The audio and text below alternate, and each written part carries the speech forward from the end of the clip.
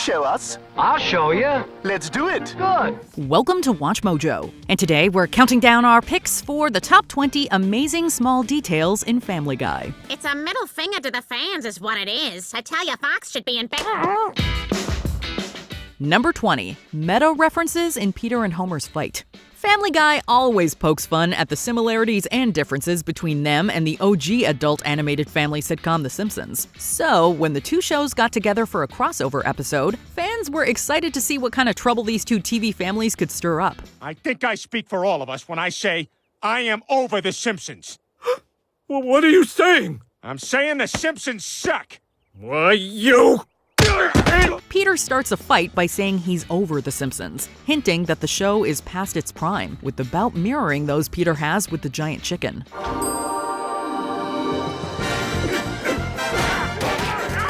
Hey, that's no fair. I don't got none of them. We see Homer chuck Emmys at Peter, who is unable to retaliate because he has none. And Roger from American Dad appears and swiftly leaves, referencing the fact that this show is no longer on Fox. Yeah, it's really great, isn't it, guys? We went to summer camp together. Bye,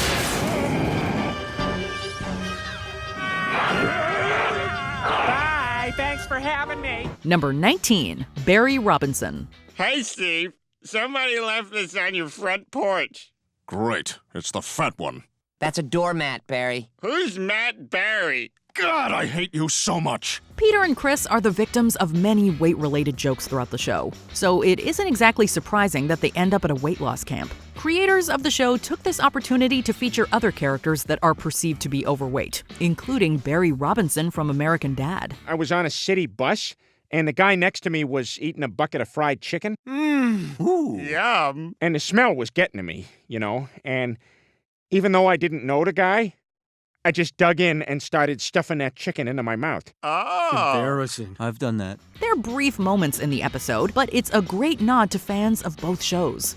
Both Chris and Barry have a lot of similarities, as they're both often forgotten about by their parents, and neither of them are the sharpest knives in the drawer. But we sure hope Barry had a better experience at Camp Fresh Start than Chris does. I saw a forest like this in a book one time, and I know there's a gingerbread house out here somewhere. Do you think we could find it? Number 18, freshly painted Greek statues. This episode makes it clear that the Family Guy crew thinks about even the most minuscule of details. Peter tells the story of Helen of Troy, who was the most beautiful woman in the world according to Greek mythology. Helen? What the Hades? What? She's hot, but not as hot as Medusa. When we see the scenes from ancient Greece, eagle-eyed fans can notice that the Greek statues are not faded in the way they are today, but instead they're freshly painted. The story of Helen of Troy takes place during the Trojan War, which, if factual, took place around the 12th century BC, so it only makes sense that the statues wouldn't be faded like they are today. We have no choice but to tip our hats to the detail-oriented minds behind this episode. Wow, our people are really smart. I bet Greeks will always be known for their advancements in math and not as cartoon characters with very hairy arms and a tragically mismanaged economy. Number 17, Brian and Jillian's Neckwear. Brian considers Jillian the one who got away. And even though it may seem like they have nothing in common, a small detail they share proves otherwise. Hey, maybe my name is on this collar.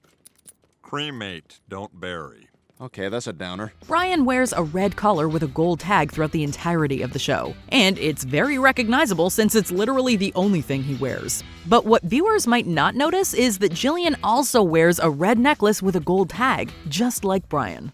And then, think about this! Have you ever seen the sun and the moon in the same place at the same time? They're the same person! I know, right? You're brilliant! We know they don't end up together, or at least they haven't so far, but this little detail may be the creator's way of showing that they are meant for one another after all. Number 16, Lois's Facebook friend requests. Moms are usually the ones adding their daughters on Facebook, and the daughters are the ones who usually don't respond to the friend request. But when it comes to Lois and Meg, the opposite is true. All right, well, fine. Okay, I'm not the perfect mother. Who is? When Lois is trying to get some traction on her Facebook posts, we can see in the corner of the page that she has an unaccepted friend request from her eldest child. Meg is undoubtedly the punching bag of the family. When they aren't ripping on everything she says and does, they pretty much ignore her. But it's literally the least they could do to be her friend on Facebook, and it looks as though they aren't even doing that. I thought thought we were friends.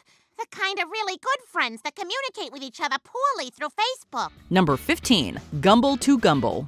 Bryant Gumble, Greg Gumble, brothers, bike cops.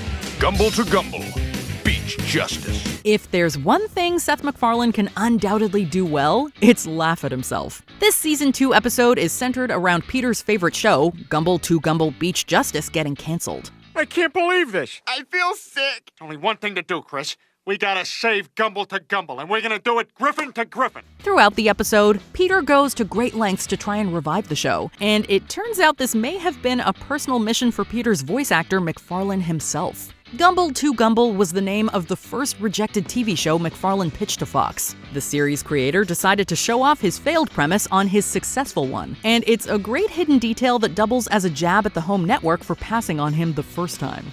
Well, what do you have to say to that? I'm not going to jail, Chris doesn't have to die, and best of all, Gumble to Gumble is back on the air. Number 14, if you can read this.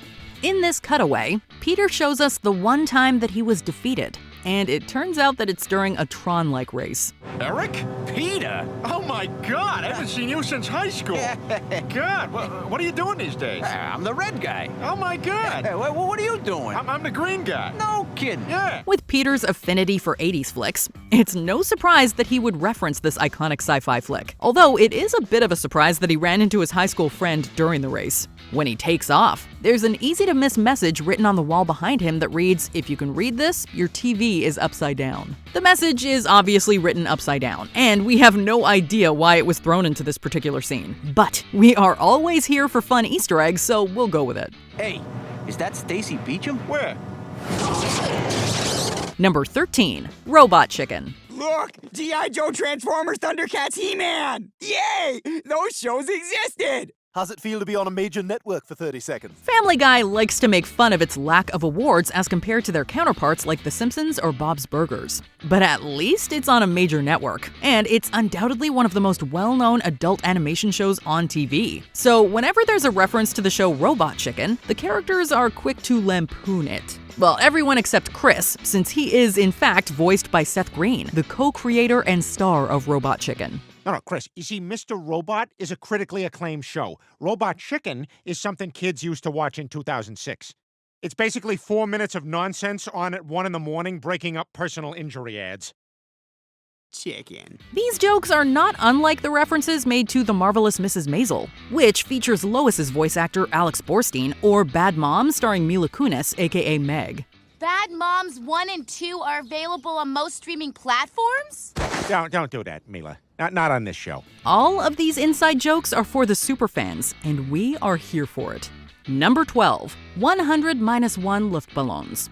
This one is for the music fans out there. Stewie runs into many mishaps with his time machine, but one of the most disastrous is when Mort accidentally ends up in Nazi Germany. Brian and Stewie go to rescue him, and they go the extra mile to ensure his safety. Stewie even transforms himself into a certain dictator and meets up with the German scientists who are working on the atomic bomb and a collection of inflated Lof balloons. So, how's the atomic bomb coming? It's coming. There are some problems. We're having much better luck developing this impressive collection of 100 Lof balloons. Oh, damn. They are at 100 when Stewie, Brian, and Mort arrive, but one pops, leaving them with only 99 Lof balloons, which is also the name of a song by Nina.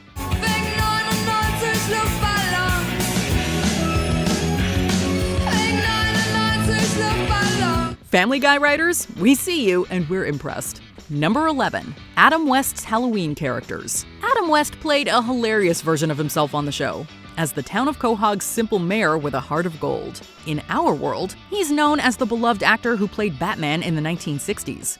Batman, how could you have opened a vault to which you didn't even know the combination in 3 seconds flat? With my 3 seconds flat Bat Vault combination unscrambler, Commissioner.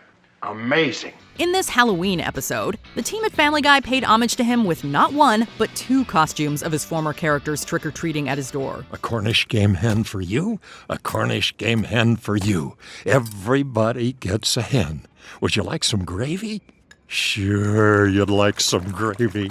Obviously Batman. But the second costume is from West's role in The Fairly OddParents, where he supplied the voice talent for another fictionalized version of his real self, Catman. Timmy, what'll I do all day if I can't fight crime? I can't lick the spoons clean at the dairy whip. That would be unsanitary. This subtle tribute to him is particularly moving in retrospect since the actor passed in 2017, and his absence on the show is definitely felt. Number 10. Buffalo Chris. To get revenge on Chris, Meg embarrasses him in front of the school by showing a video of him parodying Buffalo Bill's Goodbye Horses dance from The Silence of the Lambs. While the scene is definitely humiliating, it has a deeper connection to Chris than anyone realizes. When auditioning for Chris, his voice actor Seth Green was dared by a friend to try out his best Buffalo Bill impression for the character. He could have gone with a stereotypical surfer dude voice for Chris, but Green was bold enough to try a hilarious impression of a serial killer, and it worked. So this parody doubles as a testament to the character's vocal inspiration. And I said, can I try something really silly? And I did, and McFarlane liked it, so I got the job. Number 9. All in the Family tribute. Family Guy was recorded on tape before a live audience. Family Guy has paid multiple tributes to TV producer Norman Lear's sitcoms, and the most enduring one is the very first thing you see when a Family Guy episode begins. The opening theme song with Peter and Lois playing the piano, recalling the good old days, is actually an homage to the opening for All in the Family, where we see Archie and Edith Bunker doing the same. Those were the days. Family Guy creator Seth MacFarlane admits to being an admirer of Lear's comedies, right down to how they handle controversial topics, so it's flattering to see him pay tribute to his inspiration before almost every show. Number 8. Red Rum. At the start of the episode Love Thy Trophy, Stewie is innocently playing with blocks, but if you look closely, the blocks spell out a not-so-innocent message: Red Rum.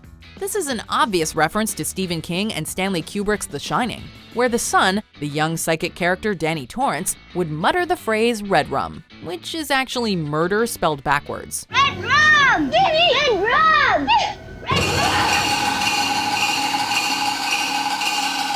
What makes this sight gag so perfect is that it's Stewie, a sociopathic conniving infant out for blood, who sets up the joke, and it is too fitting for his character. It doesn't help that Stewie starts plotting someone's murder during the scene, making the gag even more hysterical. Michael Flatley must be turning over in his grave. Wait a minute, he's not dead. Yet. Michael Flatley. Number 7. DVD cover. The Griffins are having a family yard sale, hoping to get rid of the excess junk they've collected over the years.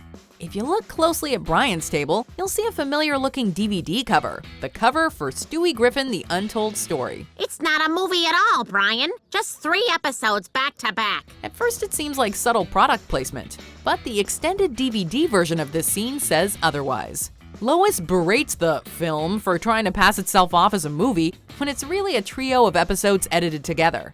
Is this a shameless plug or a hilarious jab at themselves for their middle finger to the fans? If the latter, we're not sure if Fox would approve. It's a middle finger to the fans is what it is. I tell you, Fox should be in bed. Number 6. Luke Perry TV Guide. Peter's looking for a story to give to Meg for the school newspaper, when inspiration comes in the form of a TV guide. Luke Perry. If you're quick enough to catch it, or at least have a pause button, you might be able to catch the little message under Perry's picture that says, "If you can read this, Family Guy is on the air." If they die, I'll have nothing to watch on Wednesdays. Other than the fine programs on Fox. When it comes to self-aware humor, it can either be more upfront, or in this case, it can be so subtle that you almost miss it. And it's not wrong considering how often Family Guy can be found on TV. Number 5. WWID. While in Mel Gibson's personal suite, Peter stumbles upon the trailer for a planned sequel for The Passion of the Christ. Man, you crazy, Jesus! You crazy! That's what my ex-wife said. The trailer itself is a pretty goofy parody of high-energy action films, featuring Jesus teaming up with Chris Tucker, but it goes by so fast that viewers might miss one hidden visual gag.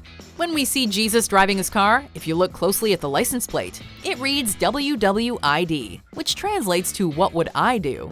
While it's an obvious spin on the morality phrase "What would Jesus do?", it's still worth a giggle considering whose car it's on, and with how immoral the whole situation is. Number 4. Funny headline, or letdown? The Griffins are excited to see their picture in the newspaper, but if you don't look fast enough, you might miss the gag under the photo. Near the bottom of the page, there's a headline that reads, "DVDs paused for headline joke. Millions disappointed." On the one hand, it could be a cheeky jab at those who pause their DVDs to catch any blink and you'll miss it visual gags. On the other hand, it can also be a little nod to sister series American Dad, who thrived on newspaper headline jokes for the first few seasons. Either way, fans may not actually be disappointed by this clever little Easter egg.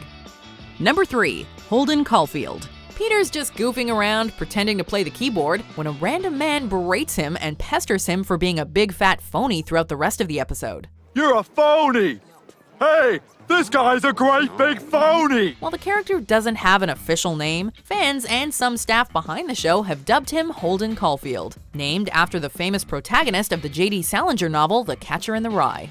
A phony lives here! A big fat phony! In the book, Holden is a misguided, cynical teenager who usually called everyone he hates a phony. With how often in the show Holden keeps calling Peter out for being one, it'd be hard not to make the connection for an inside joke. Hey everybody! This guy's a great big phony! Number 2. Surprise Cantina patrons. Move along, move along. In the original Star Wars film, the Mos Eisley Cantina was a shady drinking spot for creatures of all sorts, not all of them friendly. In the Blue Harvest parody, the tavern is still packed with miscellaneous creatures, plus a few surprise customers. Among the patrons is the formerly evil monkey from Chris's Closet, Roger from American Dad, Bender from Futurama, and Coach John McGurk from Home Movies. We all know Family Guy loves to toy around with references, but what really sells these cameos is how they seem to blend in perfectly. None of them has the best reputation, and they're bizarre looking enough to call this bar a second home. Before we continue, be sure to subscribe to our channel and ring the bell to get notified about our latest videos. You have the option to be notified for occasional videos or all of them. If you're on your phone, make sure you go into your settings and switch on notifications. Number 1. What the hell? Taking the number 1 spot is the show's most versatile and commonplace catchphrase. Peter, what the hell's the matter with you? Believe it or not, in almost every episode, there is at least one instance of a character saying, "What the hell?" Ready? 1, 2, 3. What the hell? What the hell? It could be to express frustration, fear, rage, confusion, to make light of something, or even as a setup for another running gag. Yeah, that hurt? That hurt? What the hell? Yeah, that don't feel so good, does it? No matter the context or the character, it is bound to show up in some form. What the hell? No, no, no, no, no, no! If it's not directly mentioned in an episode, it could still appear in an alternate rendition. What the heck? It's amazing what you can hide in plain sight through repetition. Did you notice these easily missable things when you watch the show? Let us know in the comments.